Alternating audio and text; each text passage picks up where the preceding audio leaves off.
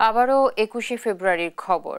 ভাষার শহীদদের স্মরণে ঢাকার বাইরেও দেশজুড়ে প্রস্তুত শহীদ মিনার।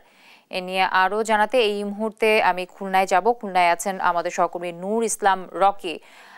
রকি, আপনি শুনতে পাচ্ছেন নিশ্চয়ই আমাকে।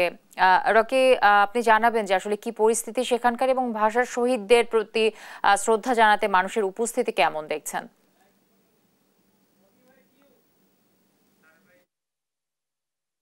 ভাষা শহীদদের শ্রদ্ধা জানাতে কিন্তু খুলনার যে শহীদ হাদিস পার্কের যে নির্মিত শহীদ মিনার আছে, এখানে কিন্তু ইতিমধ্যে বিভিন্ন ধরনের মানুষ শুরু করেছে। আমরা রাত 11টা থেকে দেখতে পেয়েছি যে খুলনার বিভিন্ন যে সংগঠনগুলো আছে, এই সংগঠনের সাধারণ মানুষ তারা কিন্তু ভাষা শহীদদের প্রতি শ্রদ্ধা নিবেদনের জন্য এখানে এসেছে। পাশাপাশি আন্তর্জাতিক মাতৃভাষা দিবসে কিন্তু তারা শ্রদ্ধা জানানো এখানে এসেছে।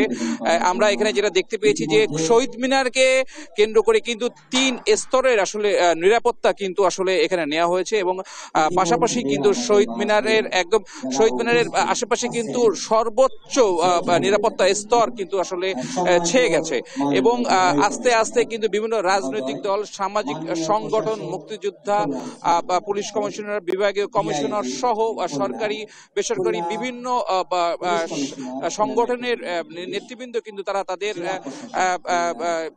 ভাষা শহীদদের শ্রদ্ধা জানাতে ইতিমধ্যে খুলনা যে শহীদ হাদিস পার্ক আছে সেখানে চলে এসেছে এবং আপনারা দর্শক দেখতে পাচ্ছেন যে টোটাল সম্পূর্ণ শহীদ হাদিস পার্কটি কিন্তু এখন মানুষের কানায় কানায় পূর্ণ হয়ে গেছে এবং এই ভাষা শহীদদের প্রতি শ্রদ্ধা জ্ঞাপনের জন্য কিন্তু শহীদ মিনারটিকে আসলে আলোকসজ্জা পাশাপাশি এবং আলপনা আসলে দিয়ে সৌন্দর্য বাড়ানো হয়েছে এবং পাশাপাশি আমরা দেখতে পেয়েছি যে শহীদ মিনারে ঢোকার প্রবেশের যে পথটি, এই পথটি কিন্তু কঠোর নিরাপত্তার সাথে কিন্তু আসলে দেখা হচ্ছে এবং যারা শ্রদ্ধা নিবেদন করতে এখানে আসবেন তারা কিন্তু একটি পথ দিয়ে আসবেন এবং আরেকটি পথ দিয়ে বেরোবেন। এই যে সুশৃঙ্খল একটি ব্যবস্থা, এটা কিন্তু আসলে নিয়ন্ত্রণ করা হচ্ছে। আপনারা দেখতে পাচ্ছেন যে সবাই কিন্তু অপেক্ষা করছে খুব একদম ঠিক প্রথম প্রহরেই কিন্তু শ্রদ্ধা নিবেদন করবেন আমাদের যে খুলনা যে মুক্তিযোদ্ধা সংসদ আছে, খুলনা জেলা এবং মহানগর ইউনিট। এরপর থেকে কিন্তু বিভাগীয় কমিশনার, ডিআইজি, পুলিশ কমিশনার, রাজনৈতিক সংগঠন এবং বিভিন্ন সাংস্কৃতিক সংগঠনে যারা আছে তারা কিন্তু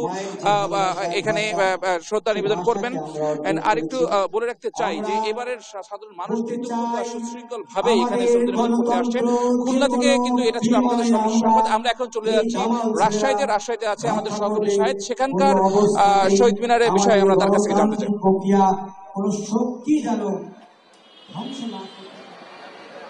ধন্যবাদ রকি। রাজশাহীতেও পুরোপুরি প্রস্তুত ভাষা শহীদদের শ্রদ্ধা জানাতে শহীদ মিনারগুলো এবং নিরাপত্তার যে ব্যবস্থা সেটিও নেওয়া হয়েছে। আমরা রাজশাহী কলেজ শহীদ মিনারে আছি, যেহেতু এই রাজশাহী ভাষা আন্দোলনের সঙ্গে রাজশাহী কলেজ এবং রাজশাহীর এই কলেজটি বিশেষ অবদান আছে, যে কারণেই এই শহীদ মিনারে কিছুক্ষণের মধ্যেই 12টা 1 মিনিটের পর থেকে শ্রদ্ধা জানাতে সাধারণ মানুষের ঢল নামবে, এমনটি প্রত্যাশা করছেন এই কলেজ কর্তৃপক্ষ।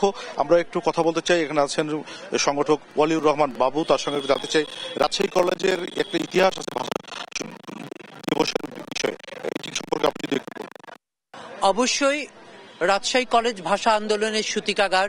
1952 সালের 21শে ফেব্রুয়ারি ঢাকার ঘটনা যখন সন্ধ্যার পরে রাজশাহী শহরে এসে পৌঁছালো, তখন যারা ভাষা সৈনিক ছিলেন তারা রাজশাহী কলেজ হোস্টেলে একটি সভা করলেন এবং সেই সভায় সিদ্ধান্ত নিলেন শহীদদের স্মরণে একটি স্মৃতিস্তম্ভ তৈরি করা এবং তারা মাঠে পড়ে থাকা ইট এবং কাদা দিয়ে একটি স্মৃতিস্তম্ভ তৈরি করলেন এবং ওখানে লিখে দিলেন, উদয় পথে শুনিকার বাণী, ভয় নাই ওরে ভয় নাই। এবং সেই সময় যে পরিবেশ ছিল, দেশের কোথাও সে ধরনের স্মৃতিস্তম্ভ বা শহীদ মিনার তৈরির কোনো পরিবেশ ছিল না। সেই কারণে এটাকে আমরা প্রথম শহীদ মিনার হিসাবে দাবি করে থাকি এবং আমরা দাবি জানিয়ে আসছি এটাকে প্রথম শহীদ মিনার হিসাবে স্বীকৃতি দেওয়ার জন্য। এর পিছনে অনেক প্রমাণ আছে, অনেক যুক্তি আছে। ধন্যবাদ বাবু ভাই আপনাকে। আমরা কথা বলছিলাম একজন সংগঠনের সঙ্গে, যিনি যেটি বলছিলেন যে রাজশাহীর এই কলেজটি যে শহীদ মিনার, তার সঙ্গে ভাষা আন্দোলনের যে ইতিহাস ওতপ্রোতভাবে জড়িত এবং ভাষা সৈনিকরাও যেটি দাবি করেছেন যে এই রাজশাহী কলেজেই তারা প্রথম শহীদ মিনারটি নির্মাণ করেছিলেন এবং এখান থেকেই ভাষা শহীদদের যে শ্রদ্ধা নিবেদন সেটি শুরু হয়েছিল। এখন যদি আমরা বলি যে রাজশাহী কলেজের আইন শৃঙ্খলা বাহিনীর সদস্যরা তারাও কঠোর নিরাপত্তা বলয় গড়ে তুলেছেন এবং 12টা 1 মিনিট থেকে এখানে ভাষা শহীদদের শ্রদ্ধা জানাতে এই শহীদ মিনারে পুষ্পস্তবক অর্পণের যে কাজ সেটি শুরু হবে এবং কলেজের চত্বরেই আজকের যে সকাল থেকেই যে আলোচনা সভা সেটি শুরু হবে এবং সেই আলোচনা সভার যে মঞ্চ সেটিও প্রস্তুত আছে। বলা যায় যে ভাষা শহীদদের স্মরণ করতে জাতি পুরোপুরি রাজস্বে আছে, মানুষ পুরোপুরি প্রস্তুত আছে। তো এই ছিল রাজশাহী থেকে আমার কাছে সর্বশেষ। আমরা যাচ্ছি ফেনীর খবর জানতে সহকর্মী নিলয়ের কাছে। নিলয়,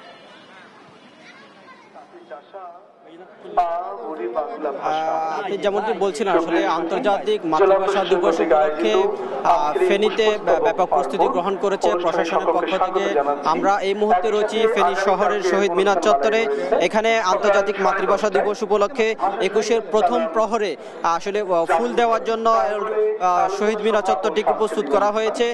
আমরা দেখতে পাচ্ছি ঠিক 11:30টার পর থেকে এখানে আইন শৃঙ্খলা রক্ষাকারী বাহিনীর সদস্যরা ইতিমধ্যে এখানে উপস্থিত হয়েছেন। সেই সাথে জেলা প্রশাসন এবং প্রশাসনের অন্যান্য দপ্তরে যে সকল কর্মকর্তারা রয়েছে তারাও ইতিমধ্যে এখানে এসে উপস্থিত হয়েছেন।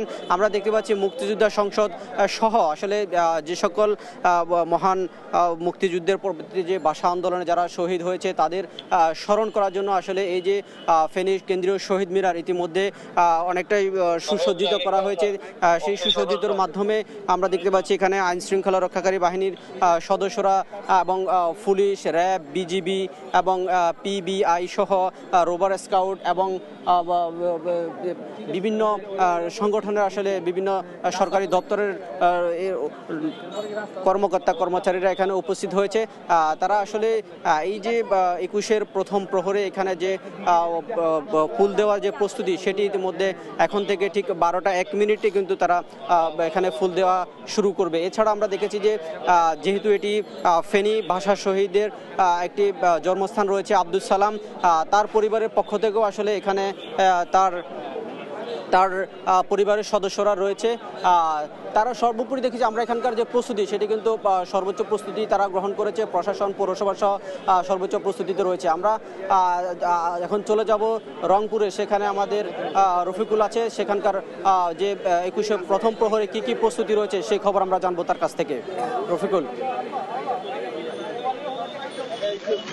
আর কিছুক্ষণ পরেই গর্ব এবং অহংকারের যে অমর 21 তার যে কার্যক্রম সেটি কিন্তু শুরু হবে। আমরা জানি যে রাত 12:01 কিন্তু সারা দেশের যে শহীদ মিনারগুলো রয়েছে সেই শহীদ মিনারগুলোতে ভাষা আন্দোলনে যারা আত্মদান দিয়েছেন তাদের প্রতি শ্রদ্ধা নিবেদনে এই শ্রদ্ধা নিবেদন করা হবে। আমরা এই মুহূর্তে রয়েছি রংপুর কেন্দ্রীয় শহীদ মিনারে। আমরা দেখার চেষ্টা করছি সেখানে কিন্তু কাউকে উঠতে দেওয়া হচ্ছে না, অর্থাৎ একেবারেই প্রস্তুতি করে রাখা হয়েছে। ঠিক 12:01 এখানে ফুল দেওয়া শুরু করবেন। আমরা একটু ঘুরে দেখানোর চেষ্টা করছি যে ঠিক শহীদ মিনারের পাদদেশে উপস্থিত হয়েছেন প্রশাসনের যারা কর্মকর্তা রয়েছেন, তারা এসেছেন বিভিন্ন সংগঠনের যারা নেতৃবৃন্দ তারা কিন্তু এসেছেন। আমরা দেখানোর চেষ্টা করছি রংপুর বিভাগীয় প্রশাসন, রংপুর ডিআইজি রয়েছেন, Rangpur metropolitan police commissioner, Rangpur জেলা প্রশাসন, এসপি সহ প্রশাসনের যারা শীর্ষ কর্মকর্তা রয়েছেন তারা রয়েছেন।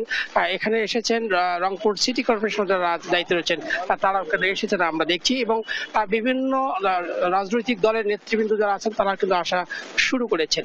তো আমরা যেটি জানতে পেরেছি যে সবার আগেই বিভাগীয় যে প্রশাসন তিনি প্রথম শ্রদ্ধা নিবেদন করবেন, এরপরেই ধীরে ধীরে প্রশাসনের যারা আছেন তারা করবেন, এবং এরপরে বিভিন্ন রাজনৈতিক দলের নেতৃবৃন্দ কিন্তু এখানে শ্রদ্ধা নিবেদন করবেন এমনটি আমরা জেনেছি। এই শ্রদ্ধা আজকের যে শ্রদ্ধা নিবেদনকে ঘিরে কিন্তু পর্যাপ্ত নিরাপত্তার ব্যবস্থা নেওয়া হয়েছে, চারদিকে সিসি ক্যামেরা লাগানো হয়েছে এমনটি আমরা জেনেছি। তো সব মিলে আজকে এখানে যারা এসেছেন আমরা অনেকের সঙ্গে কথা বলেছি, তারা বলেছেন যে এই যে গর্ব এবং অহংকারের যে অমর 21, এই 21কে ঘিরে যারা এই ভাষার জন্য যারা আত্মদান দিয়েছেন তাদের সম্মান এবং শ্রদ্ধা এবং তাদের যে প্রত্যাশা সেই প্রত্যাশা অনুযায়ী পালন, এবং বিশেষ করে সর্বস্তর যেটা বাংলা ভাষার যে প্রচলন সেটি যেন চালু হয় এমনটি তারা প্রত্যাশা করেছেন। তো এই ছিল রংপুর থেকে সর্বশেষ। আপনাদের সবাইকে অসংখ্য ধন্যবাদ। দর্শক, খুলনা থেকে নূর ইসলাম রকি, রাজশাহী থেকে কাজী শাহেদ, ফেনী থেকে তোফায়েল আহমেদ নিলয় এবং রংপুর থেকে আমাদের সহকর্মী রফিকুল ইসলাম যুক্ত হয়েছিলেন আমার সাথে।